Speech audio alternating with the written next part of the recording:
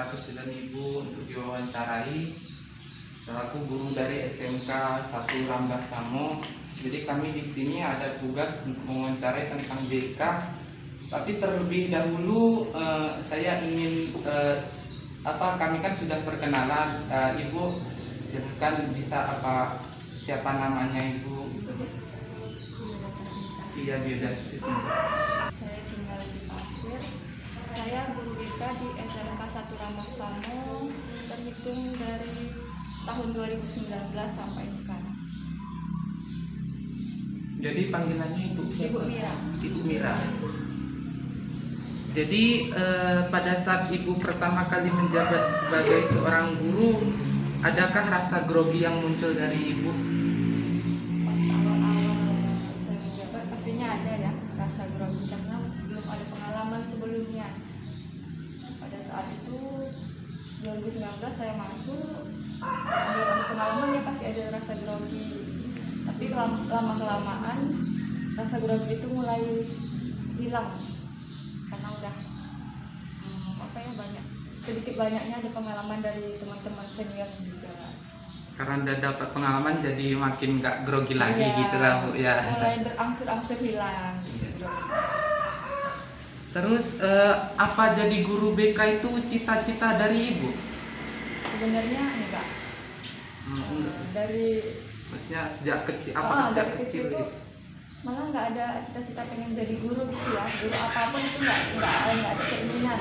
Mungkin setelah masuk SMK ada motivasi dari guru BK juga. Jadi saya mulai ada keinginan untuk menjadi guru BK.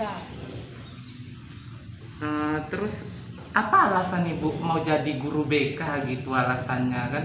Alasannya karena peluang untuk menjadi guru BK itu sangat banyak. Zaman dulu ya, waktu zaman saya SMK itu tiap sekolah itu belum ada guru BK-nya, masih sangat sedikit. Makanya itu peluangnya lebih besar gitu daripada jurusan-jurusan yang lain pada waktu itu. Iya, soalnya dari zaman kami pun juga belum ada BK gitu. Masih jarang ya di sekolah-sekolah. Benar. Terus apa pendapat Ibu mengenai bimbingan konseling?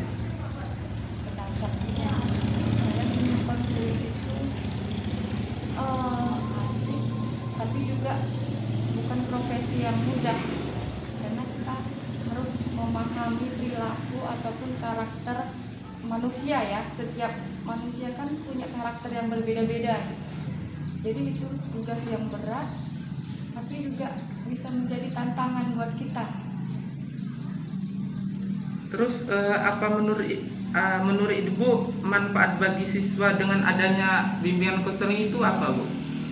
Manfaatnya dari siswanya dapat membantu mereka untuk mengentaskan permasalahan yang terjadi dalam hidup mereka atau diri mereka sendiri. Bisa berkonsultasi Ya, gitu bisa Bu ya. berkonsultasi. Kadang ada anak yang takut bercerita dengan teman atau orang tua gitu. Nah, itu makanya guru BK datang untuk membantu siswa mengenali apa masalahnya dan dicarikan solusinya sama-sama. Hal-hal apa saja yang menyenangkan Ibu waktu menjadi guru BK? Hal yang menyenangkan itu menemukan karakter-karakter yang baru yang belum pernah saya temukan, dan saya pun menjadi belajar ya bagaimana cara menyikapi permasalahan-permasalahan yang terjadi dengan klien-klien atau siswa-siswa itu. Jadi pelajaran hidup juga buat saya gitu. Terus adakah yang maksudnya kurang menyenangkan gitu yang Ibu alami waktu jadi guru BK? Hal yang kurang menyenangkan Iya. biasanya datang dari siswa itu ada permasalahan dengan orang tua. Nah, kita harus berkontribusi dengan orang tua. Nah, orang tuanya kurang memahami tugas dari guru BK itu, jadi orang tuanya agak nggak bisa bisa berkontribusi gitu, jadi agak susah. Berarti orang tuanya kurang kurang terbuka dengan masalah. Menurut Ibu, apakah menjadi guru BK merupakan tugas yang cukup berat? Menurut saya ya, karena itu tadi setiap harinya karakternya bisa berubah-ubah tergantung dia menghadapi permasalahan hidup atau menghadapi berbagai kenyataan hidup yang seperti sekarang. Berarti untuk memahami karakter Maulid Agak susah agak juga. Ya. berat. Menurut Ibu, adakah manfaat tersendiri jika menjadi guru BK? Manfaat buat diri saya sendiri atau untuk sekolah? Untuk Ibu sendiri, manfaat tersendiri jika menjadi guru, ya untuk Ibu sendiri Nah, manfaatnya. yang tadi sudah saya bilang, saya jadi bisa banyak belajar dari siswa itu sendiri karena setiap manusia punya masalah yang berbeda-beda. Ini menjadi pelajaran hidup saya harus menyikapi hidup saya seperti apa gitu. Jadi kayak istilahnya kayak mencontek gitu. Oh, siswa masalahnya kayak gini, kalau ada permasalahan kayak gini, cara menyikapinya harus seperti apa gitu. Itu kembali juga ke kehidupan saya sendiri. Selama Ibu mengampu bimbingan konseling di SMK 1 Rambah Samu ini, adakah kendala yang pernah Ibu alami? Kendala yang saya alami, alhamdulillah selama ini tidak ada. Tidak. Kendala. Di SMK ini, apakah setiap harinya banyak siswa yang berbagi pengalaman kepada Ibu? Kalau setiap hari enggak ada. Maksudnya kalau setiap hari ada datang berapa siswa ke saya gitu enggak, cuman kadang-kadang aja. Kalau enggak siswanya yang datang ke guru BK-nya yang lebih aktif ke siswanya gitu. Kan kadang siswa ada yang walaupun dia diam tapi menyimpan permasalahan, kemudian menjadi belajarnya menjadi terganggu. Jadi guru BK harus aktif melihat siswa-siswa yang bermasalah itu seperti apa. Itu kalau kadang-kadang kan ada juga yang berkonsultasi sama Ibu itu kan. Kira-kira berapa orang itu? Maksudnya Tergantung siswanya kapan mau cerita itu, nggak berpatokan satu hari ada 2, satu hari ada 5 gitu, nggak berpatokan. terus jenis masalah apa yang sering dihadapi sama siswa, Bu? Yang sering biasanya masalah keluarga, lebih banyak ke masalah keluarga. Kira-kira maksudnya keluarga itu yang seperti apa gitu? Satu contoh aja.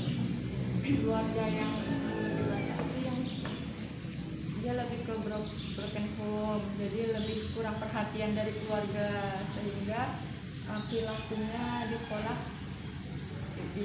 dikatakan nakal gitu ya dalam bahasa umum. Nah, terus menurut Ibu gimana itu cara mengatasinya? Cara Mengatasi anak-anak yang nakal karena broken home itu tadi, kayak ya itu tadi kita harus berkontribusi juga dengan keluarganya, harus saling komunikasi dengan keluarganya gitu, mencari solusi. Keluarganya maunya seperti apa, anaknya sendiri maunya seperti apa gitu. Kalau udah ketemu dengan keluarganya itu biasanya lebih enak untuk saling komunikasi, untuk lebih tahu jelas masalahnya gitu juga. masalahnya ke siswanya, jadi solusinya bisa dicari sama-sama. Tapi kalau hanya dari gurunya saja di rumahnya tidak mau ikut membantu gitu, biasanya susah juga, salah satu kendala juga.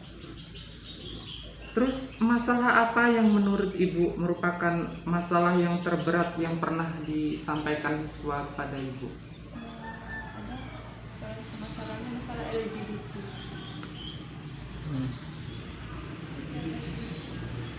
Komunikasi sama diri. Apakah Ibu pernah mengalami kesulitan saat akan membantu mengatasi masalah yang sedang dialami oleh siswa? Gimana? Apakah Ibu pernah mengalami kesulitan saat membantu mengatasi masalah anak didik, Bu? Biasanya lebih ke komunikasi siswa itu sendiri lah, lebih sulit gitu. Kadang ada siswa yang dia mudah terbuka dengan permasalahannya, ada juga siswa yang lebih banyak diam. kan ada biasanya orang yang diam, yang susah diajak cerita gitu. Berarti kesusahannya waktu mengajak cerita itu Bu, ya untuk mengetahui masalah. Harus banyak teknik-teknik biar untuk memancing dia mau bercerita, mau terbuka dengan masalah. Nah, terus ini Bu, ada sekolah mana sajakah yang pernah Ibu ampu dari mulai pertama menjadi guru BK sampai sekarang? Apakah ada pernah ngajar di tempat lain jadi BK? Setelah 2 bulan di SMK Zaidal, sebelum saya masuk sini ya, hanya beberapa bulan saja. Apakah masalah yang dialami siswa di sekolah yang pernah Ibu ampu itu hampir sama atau berbeda-beda? Kebanyakan sih hampir sama, masalah keluarga itu. Masalah keluarga itu yang paling sering Bu ya? Paling sering saya temui. Menurut Ibu, seberapa pentingkah peran bimbingan konseling bagi siswa? Karena bisa membantu mencari solusi tadi dari permasalahan-permasalahan yang dihadapi siswa. Apa tips untuk selalu dapat rajin untuk berkonsultasi gitu Bu? Maksudnya siswa itu sendiri, apakah ada tips untuk biar dia mau melakukan bimbingan? Pertanyaan terakhir ini. Biar siswanya nggak takut dengan guru BK. Iya, biar nggak takut. Ya, biasanya saya sosialisasi ke kelas-kelas ya, masuk ke kelas-kelas. Kemudian kan biasanya zaman sekarang siswa itu masih menganggap guru BK itu sebagai polisi sekolah. Setiap ada siswa yang bermasalah, siswa yang nakal, pasti dipanggil dengan guru BK. Nah, kita menghilangkan image yang seperti itu. Jadi ada pendekatan-pendekatan ke siswa melalui tadi masuk ke tiap-tiap kelas itu melakukan pendekatan dengan siswa, melakukan sosialisasi atau orientasi atau informasi bahwa guru BK itu seperti ini gitu. Jadi tidak perlu takut dengan guru BK, tidak perlu takut untuk menceritakan semua permasalahan yang terjadi dengan siswa gitu.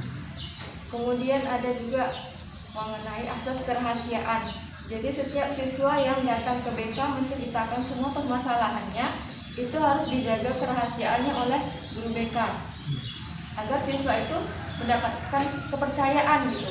Oh, guru BK itu bisa loh menjaga rahasia setiap permasalahan kita gitu. Jadi mereka tidak takut untuk datang atau konsultasi atau bimbingan ke guru BK. Biasanya kan siswa takut cerita itu karena nanti takut dibocorkan rahasianya gitu kan.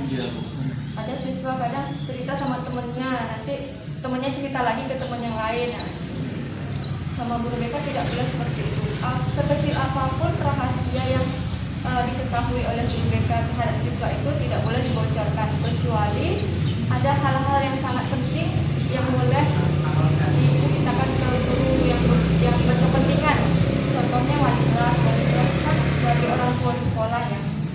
Kalau ada permasalahan yang berkaitan dengan wali kelas, baru boleh diceritakan permasalahannya dengan catatan itu tadi wali kelas itu pun harus bisa menjaga kerahasiaan siswa.